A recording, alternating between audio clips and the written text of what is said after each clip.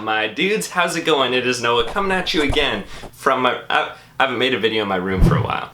Today we are talking travel videos, and I'm gonna sauce you guys five tips that I've learned and I've gathered from making these videos that I can pass on to you guys and I feel will really help improve and take them to that next level. As you guys may or may not know, I vlog. I film a lot of my stuff, and on top of that I travel. So I travel vlog quite a bit. I love doing that because it gives you the day-to-day, it gives you the ins and outs of my travels, my adventures, and I really love documenting that stuff, right? But my favorite part about the entire process is taking all of that footage. I film every day, literally everything we do, and taking all that footage and putting it into one small, concise video that I use to convey the emotion, convey the feeling, convey the story of the trip, and that is what I look back on most often.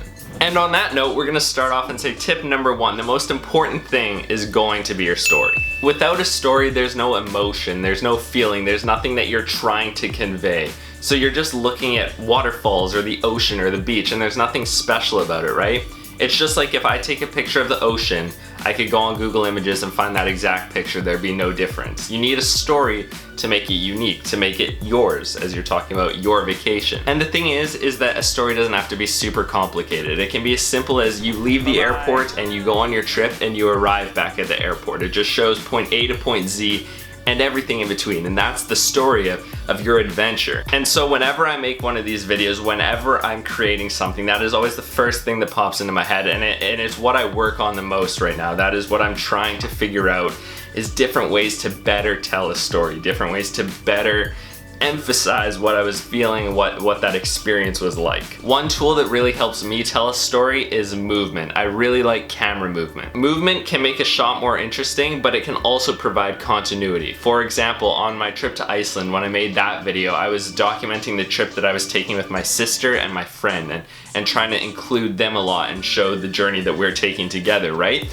And so for a lot of those shots, if I'd be pushing forward and then I would have another shot right after that that's pushing forward, and that would just help me better connect shots together so I can show that, look, we're going through this together, we're moving forward, we're continuing to move forward. So while camera movement is important for the story, it's also tip number two. You have to be wary of it. When I first started this whole travel vlog thing, my camera movement was really bad. Like, I would take a bunch of shots that were just still and stagnant, I wouldn't move, and then I'd get back home to edit and it's like, wow, everything is the exact same. It's so boring. It's just standing there looking at one thing. And then it got to the point where I'm like, okay, I need to add movement, and it turned into just way too much, too jarring to the brain, where it's like I'd spend 1 or 2 seconds filming something and I'd quickly swap to another thing and spend 2 seconds and then go down and spend 2 seconds.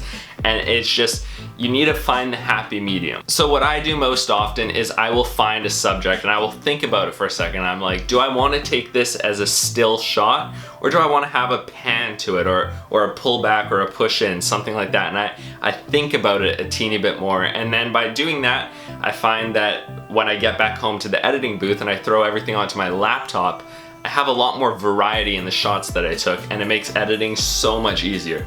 Especially if you're filming over a couple weeks or like a 2-week trip or something like that, you have so much footage with so much variety that you can mix and match things for movement, and it works a lot better. So with camera movement, switch it up, shoot with a purpose, don't just run around shooting because that's just jarring. Think about it, it helps a lot. A quick note on that same vein of camera movement, those transitions, the zoom ins and the zoom outs and the tilts and the whirls and the tilt-a-whirls, those get extremely distracting. So you have to really use those with a purpose. And so in the same way that I was saying, match camera movements. Maybe if you're looking at someone's eyes, you can zoom into something they're seeing. Closely related to camera movement, we're talking about tip number 3, which is getting a variety of shots. So like I just mentioned, coming home and throwing all of your footage on your laptop and realizing that you've just captured the same shot over and over and over again. It gets very boring, repetitive, and it's not creative, right? A good way to switch it up and a good way to make sure you don't do this is capturing a variety of things. For example, maybe capture some time lapses, throw some time lapses in there. If you have a drone, make sure to grab some drone footage. If you have a GoPro, grab a GoPro and throw it in your mouth or on a chest strap or a head mount to switch up the angle, switch up the things you're capturing. You can also take advantage of maybe the time of day. So make sure you capture some stuff at sunrise, midday, sunset, maybe in the night. You capture a wide variety of everything happening around you. You don't just want to only capture stuff when you're on the beach or only capture stuff when you're in the forest. You need a bit of everything to tell your story. One different way that you can spice up the footage you're getting is filming in slow motion, and that's going to lead us to tip number 4. Frame rate. By now, I'm sure that you can see that I love slow motion, whether it be in my vlogs or the travel videos I'm filming, or really just any video in general. I generally have slow motion in it for a couple reasons. Number 1 is going to be the feeling of it. The fact that it slows down time and gives you more time to process what's happening or see something that you wouldn't normally see in real time just because it happens too fast. It adds a dreamy, like mystical, magical aspect to it, I feel, and I really enjoy that coming from a camera onto the screen. It's just, that's my style. I really like that. Number 2, and something that is often overlooked and not as straightforward and obvious, is the fact that when something is slow motion, you're able to take basically all of the shake or the jitter that the camera has out of it. Think about it like this. If I were to hold a camera as still as I could, recording for 2 seconds, there would always be just a teeny bit of shake from my hands, right? Just moving like that. It would look pretty close to perfect, but not perfect, because no matter what you do, your hands are going to move a teeny bit. Now, if you take that same footage, that 2 seconds, and you slow it down to 50%, suddenly that's 4 seconds of footage. Those teeny little shakes that were somewhat visible in the 2 seconds are now going to be hardly visible at all. Furthermore, you can now take 2 seconds out of that 4 seconds, the cleaner 2 seconds, the less jittery 2 seconds, and you'll have that same 2 seconds of footage, but it'll be smooth. And then you can even further post-process that and take the shake out completely. That is a small filmmaking trick that actually helps a lot. In terms of frame rate, whenever I'm vlogging or filming myself, I'm always filming in 24 frames per second. That's what movies are produced in, and that's what looks most natural to the eyes for like motion blur and stuff. If you've ever turned on the TV and thought, wow, that looks strange the way that everyone's moving, it's because it's produced in a different frame rate, probably 48 or 60, and it just looks too sharp, too crisp. Because I film at 24 frames per second, if I want something to be slow motion, I have to pre-plan that. So I'll see something, I'll go, I want that in slow motion, take my camera and switch the frame rate from 24 to either 60 or 120. So I'll film it in that, and then I will switch the frame rate back to 24 whenever I want to do talking. And then in post-production, I will then take the clip and slow it down by whatever is divisible by 24. So for example, if I'm filming at 60 frames per second, that is 40% speed.